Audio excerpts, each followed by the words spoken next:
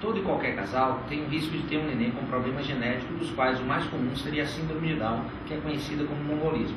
Embora esse risco seja tanto maior quanto maior a idade materna, a idade da mãe, qualquer casal, mesmo sendo um paciente jovem, corre o risco de ter um bebê com uma cromossomopatia, por exemplo, a síndrome de Down. Hoje em dia existem várias formas de se descobrir alguns indícios que a paciente tenha ou não um neném com esse tipo de problema. Embora o diagnóstico definitivo de uma síndrome de Down só possa ser feito mediante uma biópsia, que a gente costuma chamar de biópsia de vírus corial, ou mesmo a retirada de uma quantidade de líquido amniótico, chamada amniocentese, alguns exames ultrassonográficos são capazes de avaliar características físicas que estão presentes nesses nenéns portadores dessas síndromes genéticas e podem despertar a nossa atenção para a possibilidade dessa paciente estar gerando um neném portador de uma cromossomopatia.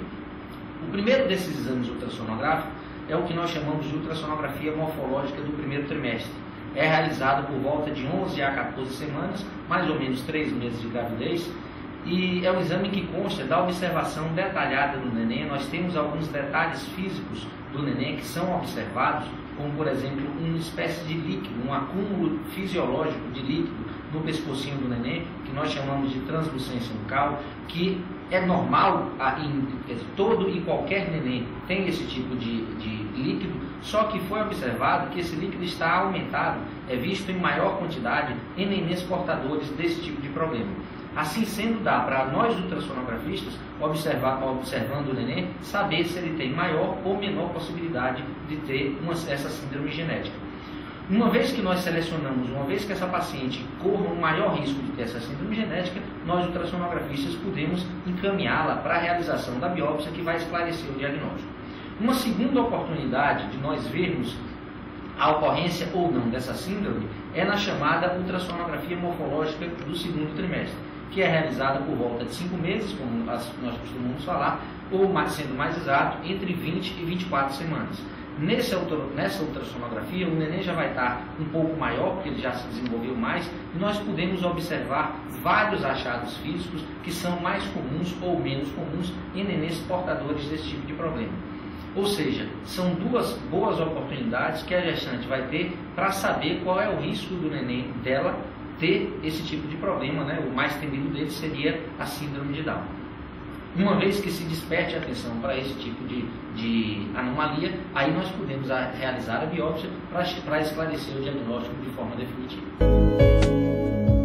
Bem, muitas pessoas, muitas gestantes podem estar se perguntando como é que a gente consegue identificar o sexo do bebê. Então, a primeira pergunta que normalmente a grávida faz é: como é que eu sei que eu vou ter uma menina ou um menino? Então, pela ultrassonografia é fácil e é possível fazer esse diagnóstico. Do ponto de vista de determinação do sexo, a partir do momento que o espermatozoide se junta com o óvulo, já se determinou o sexo da criança. A mulher contribui com o cromossomo X e o homem, no espermatozoide, ele pode ter um espermatozoide X ou um espermatozoide Y. Se o espermatozoide X ele encontra com um óvulo da mulher X, ele vai formar uma menina, que vai ser o XX. Se for um espermatozoide Y, vai formar um menino, que vai formar um XY. Porém, para a gente ultrassonografista identificar esse sexo fetal, eu preciso que esse sexo seja expresso do ponto de vista anatômico do bebê. Esse sexo ele só vai ser expresso a partir de 11 semanas de gravidez, que vai girar em torno de 3 meses. Mas eu consigo ver com 11 semanas, é muito difícil dar esse diagnóstico. Nós garantimos que é possível visualizar o sexo em 100% das gestantes a partir de 16 semanas. Entre 11 e 16 semanas, em alguns casos, é possível a gente fazer o diagnóstico do sexo fetal. Existe uma possibilidade mais recente, que é identificar um tubérculo, um broto, ou um apêndice, como queira chamar, sexual, que é chamado de apêndice sexual, que se esse apêndice sexual ele está apontando para a direção oposta da cabeça do bebê, para baixo, como a gente fala numa linguagem mais fácil de entender, esse sexo ele pode ter mais possibilidade de se transformar numa menina, numa mocinha. E se esse tubérculo, esse apêndice sexual estiver mais reto ou mais para cima, voltado para a face do bebê, esse bebê ele tem uma possibilidade bem maior de ser do sexo masculino. A possibilidade entre 11 e 14 semanas gira em torno de 80% nessa identificação do apêndice sexual. Só que em 20% das vezes esse tubérculo, esse apêndice sexual está para baixo e se transforma no menino, ou vice-versa, está para cima e se transforma na menina. Nós sabemos que o erro vai diminuindo à medida que a gravidez vai evoluindo. Então eu tenho um erro maior entre 11 e 12 semanas, que vai ser menor entre 12 e 13 semanas, e entre 12 e 13 e entre 13 e 14 semanas eu tenho como ter um grau de certeza de até 90% a 95%, dependendo até da literatura que a gente avalia. Entre 14 e 16 semanas é possível, na grande maioria dos bebês, a gente saber exatamente o sexo da criança. Agora, para confirmação realmente, dizer que para todas as gestantes a partir de 16 semanas. E o que é que nós vemos na ultrassonografia? No feto masculino, a gente encontra entre as coxas, entre as perninhas, a gente vai encontrar o falo, que é o pênis mesmo, propriamente dito. É relativamente fácil encontrar. A gente vai com o transdutor inclinar por trás do bumbum do bebê e vai encontrar ali o sexo no meio.